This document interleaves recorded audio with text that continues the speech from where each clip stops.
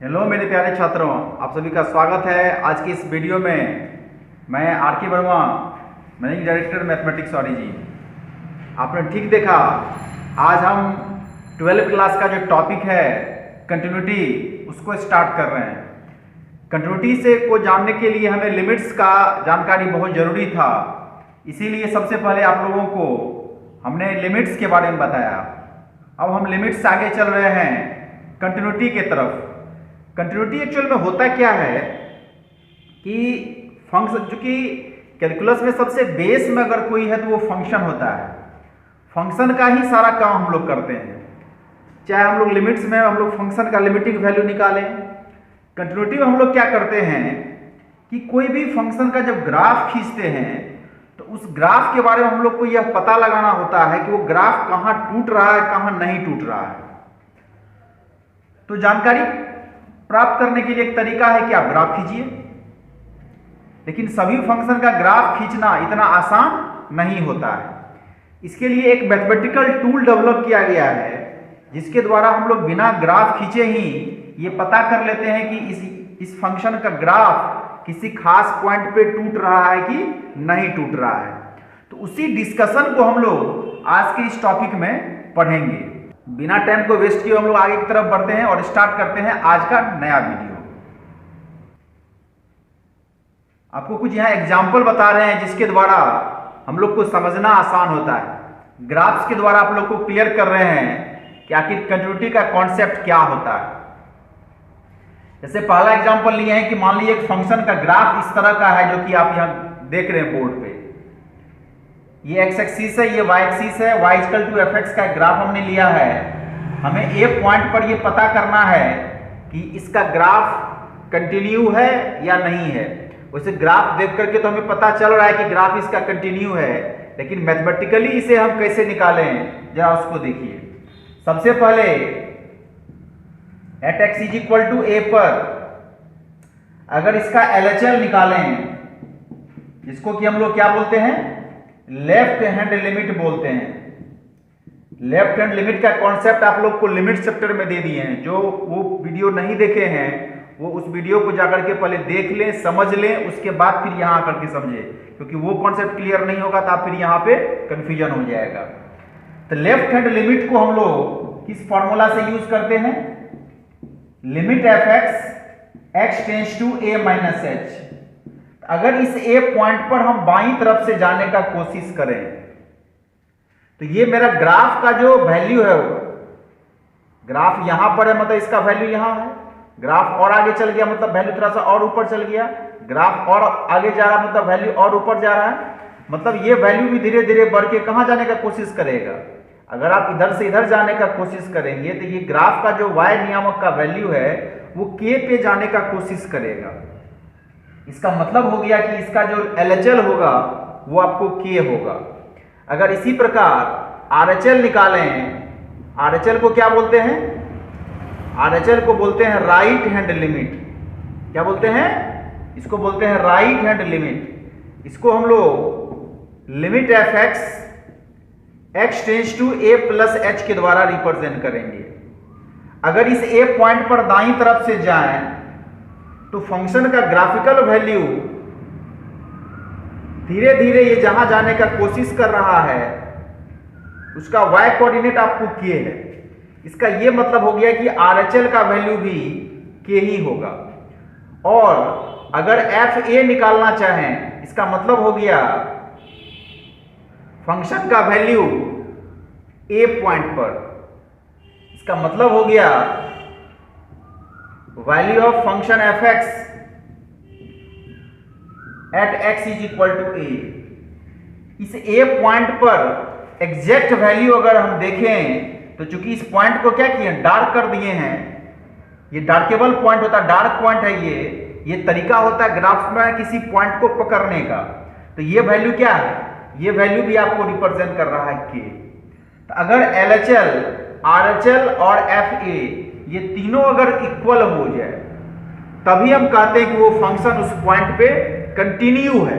Continue मतलब हो गया कंटिन्यूअस है।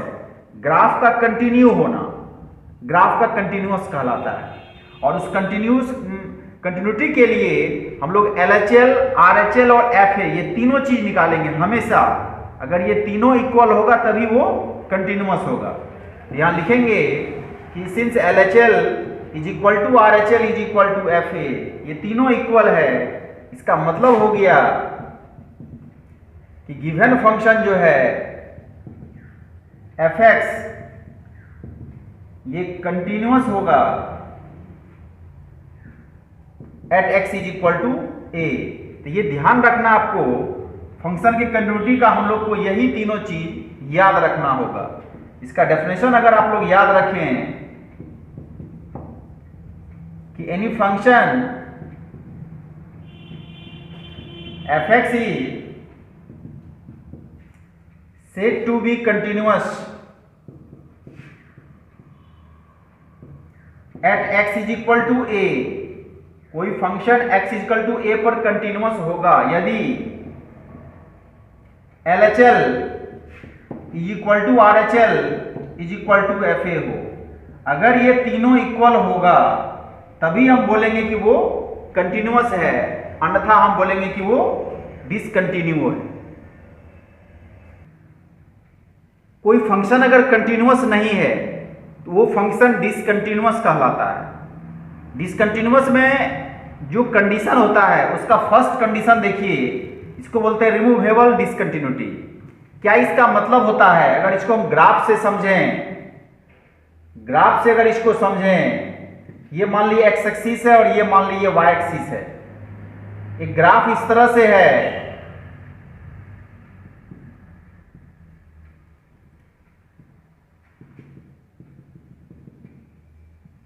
ये मान लीजिए ए पॉइंट है, इधर का ये वैल्यू K1 है और ये जो आपको पॉइंट है ये मान लीजिए K2 पर है।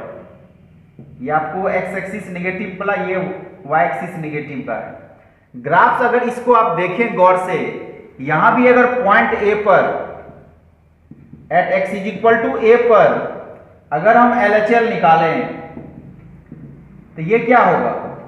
Limit fx x tends to a minus H. LHL क्या है? लेफ्ट हैंड लिमिट है। Limit fx x tends to a minus H. अगर ए पॉइंट पर बाईं तरफ से जाएं तो ग्राफ का वैल्यू कहां जाने का कोशिश कर रहा है? K1 पे। RHL अगर निकालें इसका तो ये आपका होगा limit fx x tends to a plus H. यानी अगर a पर दाईं तरफ से जाने का कोशिश करें तो फंक्शन का ये वैल्यू जहां जाने का कोशिश कर रहा है ये भी आपको K1 है। और अगर FA निकालने का कोशिश करें हम, A पॉइंट पर का वैल्यू देखिए, ये ले कि ये ले, ग्राफ्स में ये चीज सीखना पड़ेगा। ये आपको एक तरह से होल पॉइंट, ठीक है ना, जिसको कि हम लोग व्हाइट बॉल से भी रिप्रेजेंट करेंगे। देखिए चारों तरफ से हम घेर दिए हैं, तो घेर दिए तो ये अंदर में कैसे दिख रहा है? ये लग रहा है कि उजला रंग का गेंद है, इसीलिए इसको व्हाइट बॉल बोलते हैं। इसको समझने के लिए या तो होल पॉइंट बोलेंगे या इसको व्हाइट बॉल बोलेंगे। जब भी ऐसा चीज हम बोलें कभी, आपको ये समझ लेना कि और यहां पर ब्रेकेज है, इस पॉइंट को छोड़ा गया है। ये आपको ब्लैक बॉल जब भी बोलेंगे तो समझ लेना कि और ये पॉइंट को टेकन हुआ, ये पॉइंट पकड़ा गया है। या फिर इसको फॉर्मल पॉइंट भी बोलते हैं या डार्केन पॉइंट भी उसको बोलते हैं। मतलब उसका मतलब ये होता है कि उस पॉइंट को पकड़ा गया, वो हमारे कंसिडरेशन में, और जो छोड़ देंगे उसको इस तरह से रिप्रेजेंट करेंगे। तो अब है कि ए पॉइंट पर का वैल्यू ये ले कि ये ले, इसका मतलब हुआ कि उसको छोड़ना है और इसका मतलब है कि उसको पकड़ना है। तो ए पॉइंट पर का वैल्यू आपको हो जाएगा K2। बात समझे? तो यहां देखिए LHL RHL इक्वल है लेकिन FA इक्वल नहीं है। तो मतलब क्या होता है, जैसे आप इस यहां पे खड़े हैं, आप चाह रहे हैं कि हम ए के दाईं तरफ निकल जाए, आप क्या किए? धीरे धीरे आना शुरू किए ऊपर की तरफ। आप ग्राफ के अलोंग क्या कर रहे हैं? आप ग्राफ के अलोंग चल रहे हैं, आप ग्राफ के अलोंग चल रहे हैं, धीरे धीरे आ रहे हैं, यहां तक आए और आगे बढ़े और आगे बढ़े और आगे बढ़े, यहां आ गए। मतलब आप ए के जस्ट पीछे खड़े हैं तो आप यहां हैं, आप चाह रहे हैं कि यहां से यहां चले जाए। तो यहां चूंकि ग्राफ आपको नजदीक दिख रहा है लेकिन हम एक्चुअल में ये जो चीज है यहाँ पर तो ब्रेकेज है।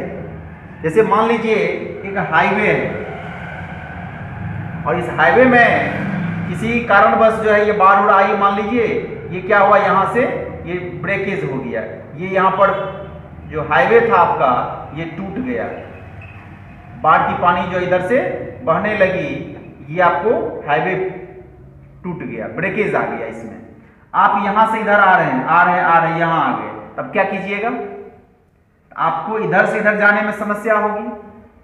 अगर यहाँ ब्रेकेज कम रहेगा तो आप छलांग करके आप जा सकते हैं, लेकिन अगर ये गैपिंग थोड़ा सा लंबा हो तो आप छलांग मार के नहीं जा सकते हैं। तो क्या मतलब हुआ, ब्रेकेज ही ना हुआ, टूट ही ना हुआ। जैसे यहाँ हाईवे आपका टूट गया, वैसे ही लाइन है कि लाइन के हाईवे में पतला सा दरार आ गया है, वहां टूट गया है वो, तो वो ब्रेकेज के कारण क्या होगा, आप इधर नहीं आ पाएंगे। तो कहा जाता है कि ग्राफ ड्रॉ करने के लिए अगर पेपर पर से आपका पेन उठ जाए किसी पॉइंट पर, ग्राफ ड्रॉ करने के लिए पेपर पर से आपका जो पेन का नीब है अगर आपको उठाना पड़े, इसका मतलब है कि वो उस जगह पे डिसकंटिन्यू है, मतलब डिसकंटिन्यूअस है। तो अब देखिए यहां से हमें आगे आने के लिए इस मार्कर के जो पॉइंट है, जो नीब है, इसको हमें उठा के इधर लाना पड़ेगा, तभी हम आगे जा सकते हैं। तो जो ही मेरा नीब उठा, मार्कर उठा, इसका मतलब हो गया कि हम वहां डिसकंटिन्यू हो गए। डिसकंटिन्यू समझने के लिए कोई एग्जांपल ले रहे हैं, जैसे कि आपने 6 बजे पढ़ने के लिए बैठा, आपका गोल है कि हमें 9 बजे तक पढ़ना है, आप चेयर पर से उस 6 से लेकर के 9 बजे के बीच में एक बार भी आप नहीं उठे, आपने लिखने का काम, पढ़ने का काम जारी रखा, इसका मतलब आप कंटिन्यू पढ़ रहे हैं, आप कंटिन्यूअस हैं। लेकिन किसी कारणवश मान लीजिए आप किसी एक टाइम भी अगर आप उठ गए, 1 मिनट का ही ब्रेक ले लिया, तो आपने क्या हुआ, अपना जो कंटिन्यूटी था उसको 1 मिनट के लिए आपने तोड़ दिया, ब्रेकेज हो गया आपके उस इंटरवल में, 6 से 9 के इंटरवल में आपका ब्रेकेज आ गया। तो वो ब्रेकेज होना मतलब हो गया आपको डिसकंटिन्यू कर दिया, यानी आप डिसकंटिन्यूअस हो गए।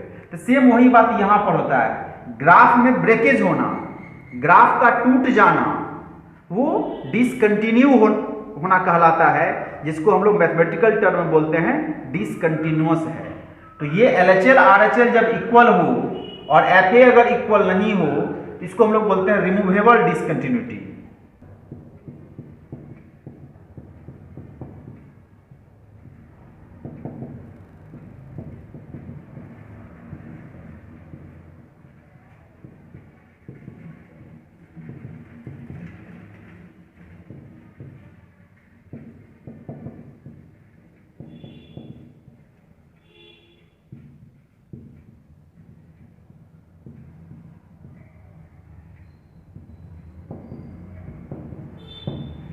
ये चीज ध्यान रखना है कि अगर LHL RHL इक्वल हो और ये FA के अगर इक्वल ना हो, इस फंक्शन को x = a पर हम बोलते हैं डिसकंटिन्यूअस है वो।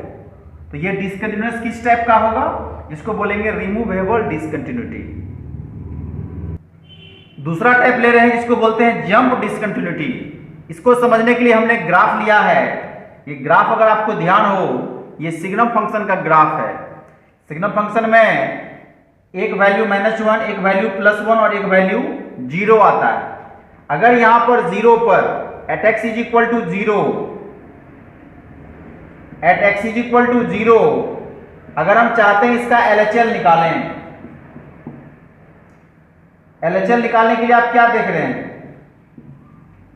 कि limit fx x tends to 0 - h, limit fx x tends to 0 - h, यानी कि आप 0 पर जाएंगे बाईं तरफ से, तो 0 के बाईं ग्राफ तो केवल यहां है। अगर इस पर हम बाईं तरफ से जाते हैं तो वो वैल्यू आपको क्या देगा, ये वैल्यू देगा -1। अगर RHL निकालते हैं यहां पे, इसको लिखते हैं limit fx x tends to 0 + h, यानी कि अगर 0 पर दाईं तरफ से जा रहे हैं आप, तो आपका ग्राफ यहां पे है, तो ये वैल्यू जहां जाने का कोशिश करेगा वो वैल्यू आपका हो जाएगा 1।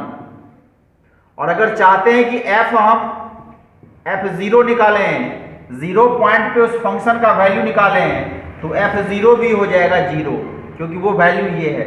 इस दोनों को तो हमने छोड़ दिया है ना, ये व्हाइट बॉल है और ये ब्लैक बॉल है, तो इस दोनों को हमने छोड़ा है, पॉइंट पकड़े हैं इसको। अब देखिए यहाँ LHL और RHL क्या दोनों इक्वल है? अगर LHL RHL आपका इक्वल नहीं हो तो वो हो जाता है जंप। जंप का ये मतलब होता है कि बहुत लंबा छलांग लगाना पड़ेगा आपको, यहां से यहां का गैपिंग बहुत ज्यादा है। इससे पहले जो हम लोग देखे थे उसमें एक पॉइंट का गैपिंग था, केवल एक पॉइंट मिसिंग था, लेकिन यहां पर -1 से 1 के बीच में इनफाइनाइट पॉइंट है। इनफाइनाइट पॉइंट का अगर जंपिंग हो जाए तब हम लोग उसको बोलते हैं jump discontinuity.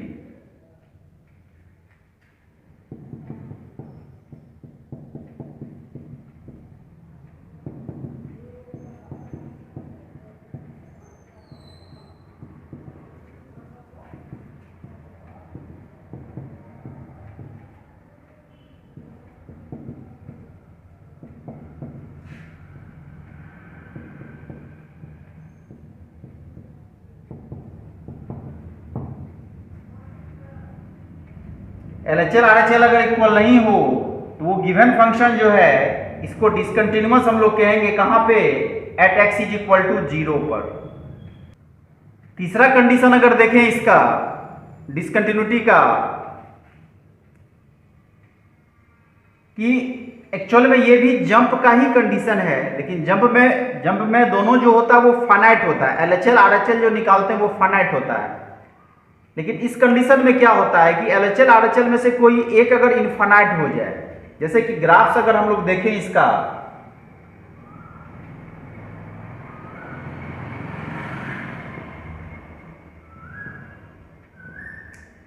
fx is equal to मान लीजिए 1/mod x है।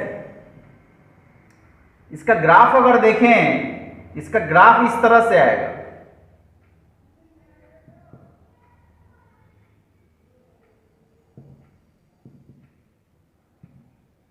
ये 0 है आपका, यानी इधर का ये पार्ट भी इन्फिनिटी, ये पार्ट भी इन्फिनिटी, इधर से आइएगा तो ये पार्ट भी इन्फिनिटी, ये पार्ट माइनस इन्फिनिटी, ऐसे करके होता है ये।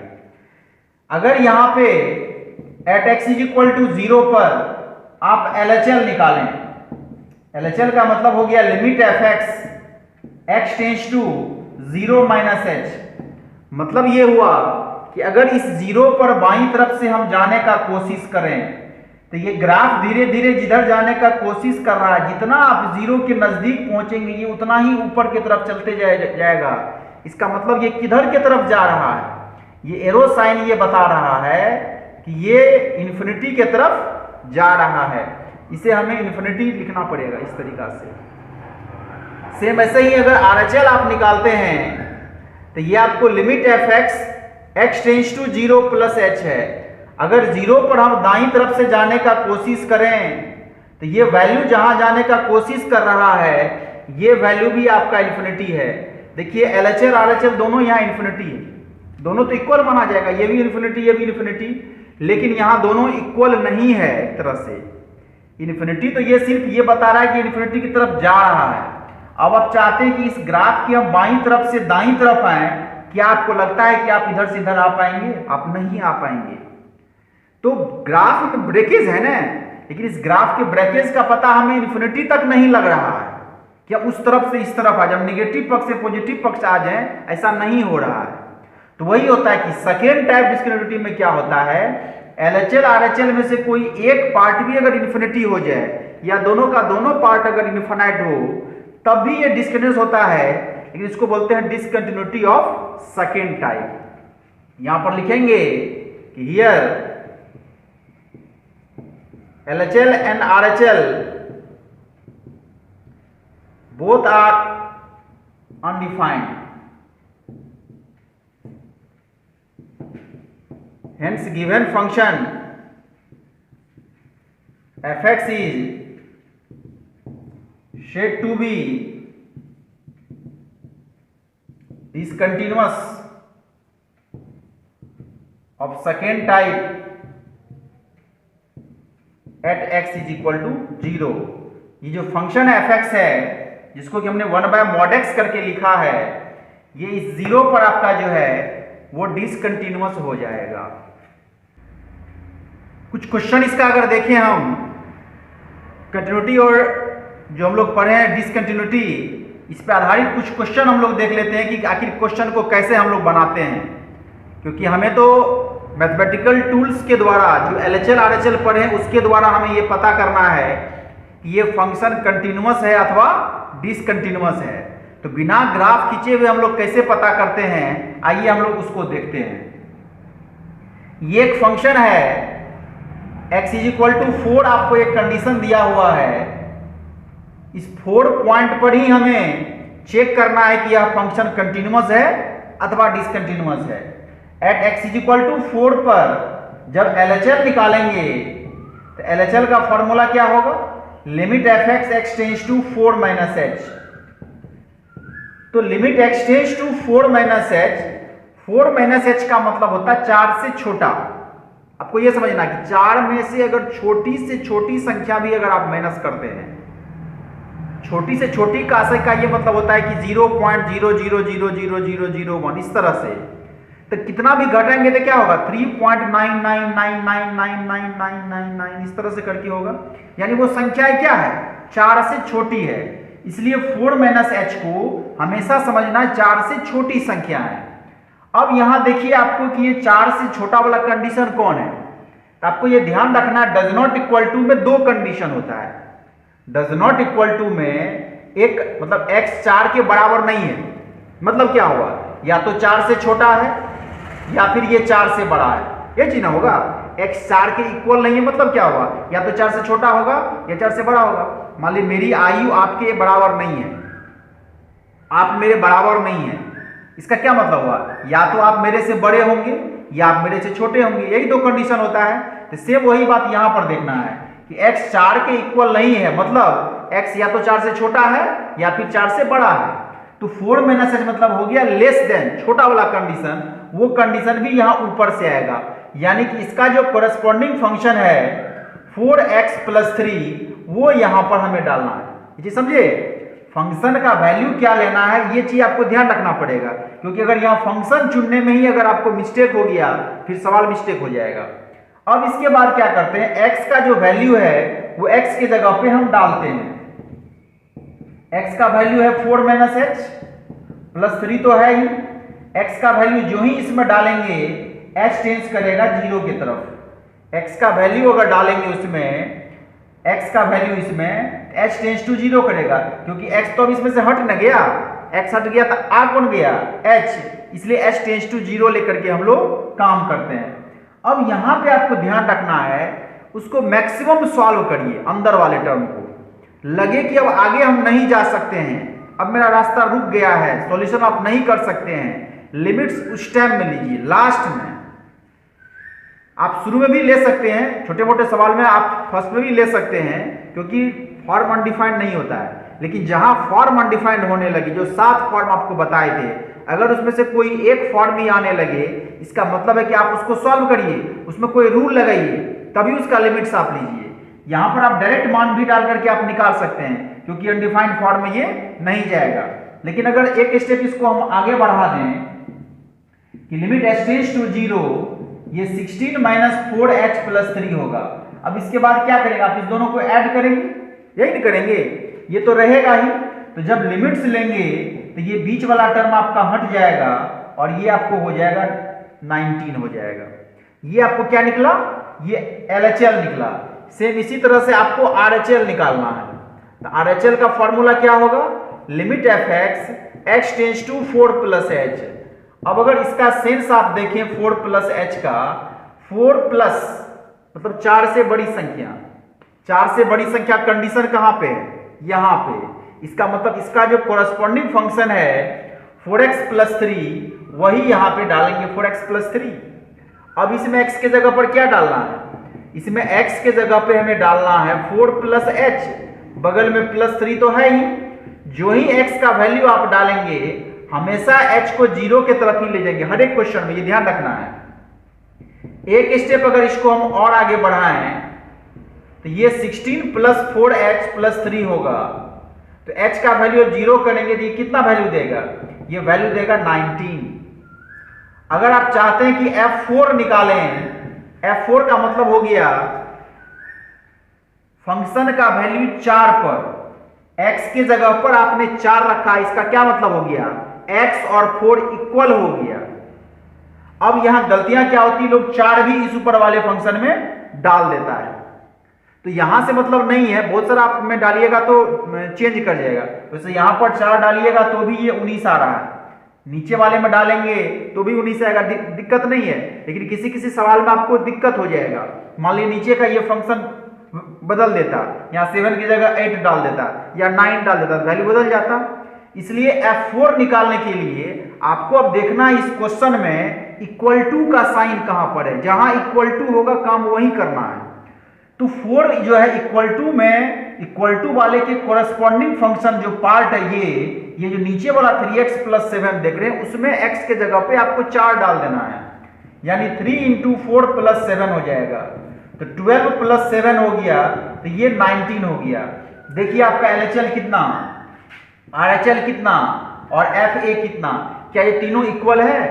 लिखेंगे यहां पर कि सिंस LHL = RHL = FA यानी F4, इसका मतलब हो गया कि जो फंक्शन है ये कंटिन्यूअस होगा कहां पे, एट x = 4 पे। यही तो आपको प्रूफ करने के लिए बोल भी रहा था कि हमें इस 4 पे बतलाइए ये फंक्शन कंटिन्यूअस है अथवा नहीं है। अगला क्वेश्चन अगर देखें, ये फंक्शन है, इस फंक्शन का हमें चेक करना है कंटिन्यूटी 0 पर, कि 0 पर ये कंटिन्यूअस है अथवा नहीं है। तो सबसे पहले क्या करेंगे, LHL निकालेंगे। LHL का मतलब हो गया limit fx x tends to 0 - h, limit x tends to 0 - h मतलब हो गया 0 से छोटा, डज नॉट इक्वल टू से आएगा, यानी इस फंक्शन को पकड़ेंगे 1 + x पे पावर 1/x, इसमें x के जगह पर क्या डालेंगे -h। अगर x के जगह पर डालते हैं -h तो 1 - h पे पावर 1/-h होगा, h कहां जाएगा 0 के तरफ। अगर इसमें h का वैल्यू 0 डालें और 0 डाल के पहले फॉर्म चेक करें, क्योंकि आपको बताए थे लिमिट्स में सबसे पहला काम फॉर्म चेक करना है।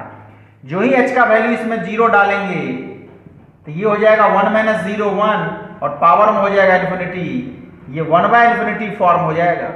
और 1/∞ फॉर्म को बताने के लिए आपको एक रूल बताए थे, क्या बताए थे, वो रूल था कि limit h tends to 0, e पे पावर में पावर को लिखिए पहले, और जो बेस वाला पार्ट होता है उसमें से 1 माइनस करना है, याद आया। e पे पावर में लिखते हैं पहले, और फिर जो बेस वाला पार्ट है उसमें से 1 माइनस करते हैं, तो ये -1 + 1 क्या होगा, कैंसिल आउट होगा। तो कैंसिल आउट होगा तो क्या बचेगा, limit h tends to 0, e पे पावर, ये -h जो ऊपर नीचे ये भी कट जाएगा, तो यहां बचेगा 1। ये तो आपको प्योर कांस्टेंट ना हो गया e, तो जब ये प्योर कांस्टेंट लिमिट्स का कोई इफेक्ट नहीं होगा, इसका वैल्यू आपको हो जाएगा e। सेम इसी तरह से जब RHL निकालेंगे तो limit fx x tends to 0 + h होगा, limit x tends to 0 + h मतलब 0 से बड़ा फंक्शन भी यहीं से आएगा, 1 + x पे पावर 1/x। फॉर्म अगर चेक करें तो ये भी 1 पे पावर इन्फिनिटी फॉर्म है। इस फॉर्म को हैंडल करने के लिए हम लोगों ने जो रूल पढ़ा है वो क्या रूल पढ़ा था, सॉरी यहां पर अगर एक स्टेप हम आगे पहले बढ़ जाएं, सबसे पहले क्या करेंगे, x का ये वैल्यू जो है इसमें डालेंगे, तो 1 + h पे पावर 1/h होगा, h tends to 0। Form check करेंगे तो ये 1 पे पावर इन्फिनिटी फॉर्म है। इसको कैसे तब हैंडल करें, इसको हैंडल करने के लिए e पे पावर 1/h पावर को पहले लिखेंगे, और जो बेस वाला पार्ट है उसमें से 1 माइनस करेंगे, तो ये -1 + 1 क्या होगा, कैंसिल होगा, ये h आपका कैंसिल हो जाएगा। तो limit h tends to 0, e पे पावर ये कैंसिल जब होगा तो यहां 1 बचेगा, तो ये प्योर कांस्टेंट है जिस पे लिमिट का कोई इफेक्ट नहीं होगा, यानी इसका वैल्यू भी आपको हो जाएगा E। और लास्ट में F0 जब निकालेंगे, क्योंकि सारा काम तो हमें 0 पर न करना है, तो F0 जब निकालेंगे तो आपको पकड़ना है, यहां देखिए इक्वल टू यहां ना है, इसका कोरेस्पॉन्डिंग फंक्शन क्या है E। यहां पर तो x है नहीं, x रहता तो उसकी जगह पर 0 डालते, लेकिन जब ये प्योर कांस्टेंट है इसका मतलब हो गया F0 का वैल्यू भी होगा E। तो यहां देखिए LHL भी E, RHL भी E और F0 भी E, तो तीनों पार्ट आपका क्या हो गया, तीनों पार्ट इक्वल हो गया, इसीलिए ये कंटिन्यूअस हो जाएगा। यहां लिखेंगे कि LHL is equal to RHL is equal to F0। इसका मतलब हो गया कि गिवन फंक्शन जो है ये कंटिन्यूअस होगा at x is equal to 0 पर। अगला क्वेश्चन अगर देखें यहां पे cos ax minus cos bx upon X square, अगर x 0 के बराबर नहीं हो, B square minus A square by 2 यदि 0 के बराबर हो, 0 पर आपको चेक करना है कि कंटिन्यूअस है अथवा डिसकंटिन्यूअस है। 0 पर जब LHL निकालेंगे, LHL का फॉर्मूला क्या होता है, limit fx x tends to 0 minus h। 0 से छोटा फंक्शन कौन है, डज नॉट इक्वल टू से आएगा।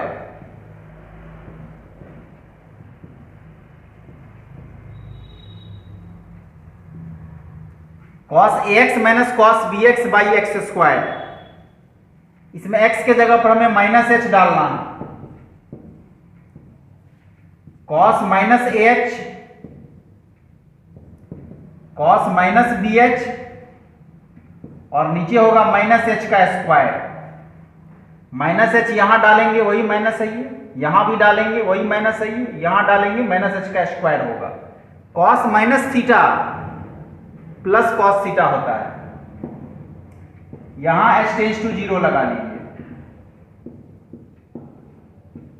यहां होगा cos ah, यहां होगा cos bh और माइनस h का स्क्वायर हो जाएगा प्लस h स्क्वायर। ऊपर में लग गया फॉर्मूला आपको यहां पे cos c minus cos d का। क्या होता formula, cos c minus cos d का फॉर्मूला होगा 2 sin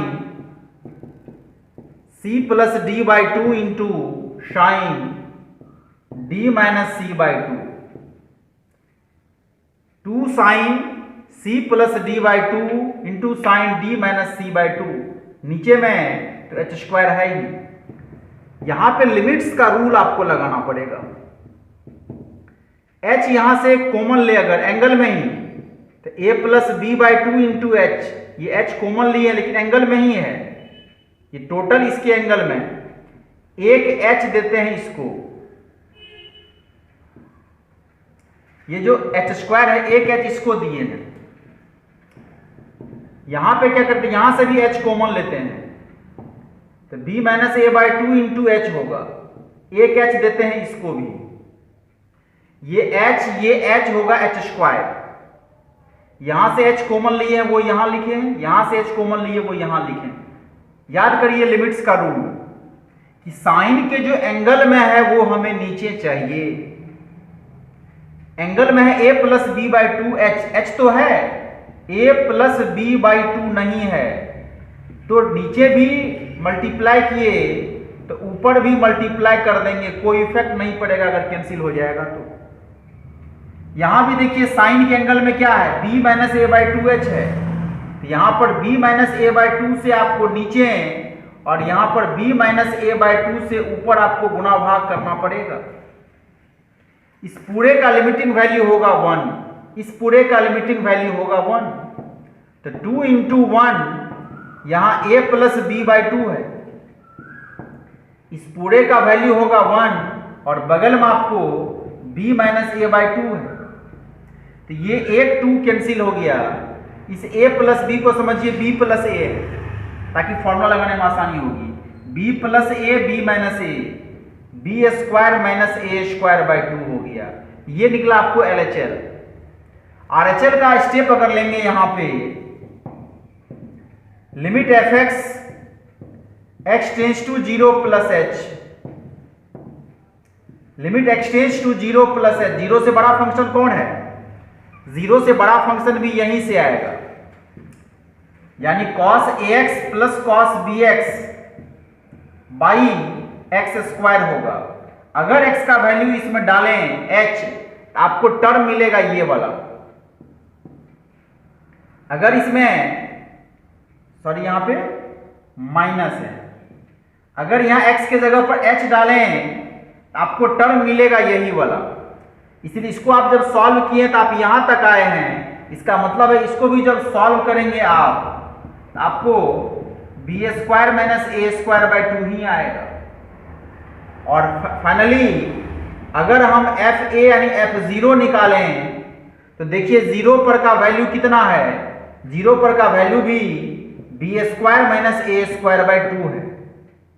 तो LHL भी उतना ही, RHL भी आप निकाले हैं उतना ही, और FA जो है वो भी निकाले हैं उतना ही, तीनों इक्वल है। लिखेंगे यहां पर कि LHL is equal to RHL is equal to F0। इसका मतलब हो गया कि ये फंक्शन कंटिन्यूअस है। गिवन फंक्शन जो है ये कंटिन्यूअस है at x is equal to 0 पर। आज हमने कंटिन्यूटी और डिसकंटिन्यूटी का कॉन्सेप्ट देखा, क्या कॉन्सेप्ट होता है, क्या इसका सेंट्रल मीनिंग होता है, और फिर इसी पे आधारित हमने कंटिन्यूटी का क्वेश्चन देखा कि कंटिन्यूटी हम लोग कैसे देखते हैं कि LHL कैसे निकालते हैं, RHL कैसे निकालते हैं, उस पॉइंट पर वैल्यू कैसे निकालते हैं। उस पर फिर हमने कुछ क्वेश्चन भी देखा कि कैसे हम लोग चेक करते हैं। तो आपके पास जो भी बुक हो उस बुक को उठा करके आप कंटिन्यूटी का चैप्टर निकालिए। आपके पास RD शर्मा की किताबें हों या आपके पास के सिन्हा की किताबें हों या आपके पास NCERT की किताबें हों, जो भी बेस बुक हो आपके सामने, आप उसको उठा करके आप उसके कंटिन्यूटी के चैप्टर में जाइए और उसका स्टार्टिंग क्वेश्चन बनाइए। आपको बहुत सारा क्वेश्चन बनेगा। अगर कोई क्वेश्चन नहीं बनता है तो आप हमें टेलीग्राम या व्हाट्सएप के माध्यम से सूचित कर सकते हैं या फिर नीचे डिस्क्रिप्शन में हमें सूचित कर सकते हैं। फिर आप लोग से मिलते हैं अगले वीडियो में। तब तक के लिए सभी खुश रहें, सुरक्षित रहें, घर में रहें, मन लगा के पढ़ें।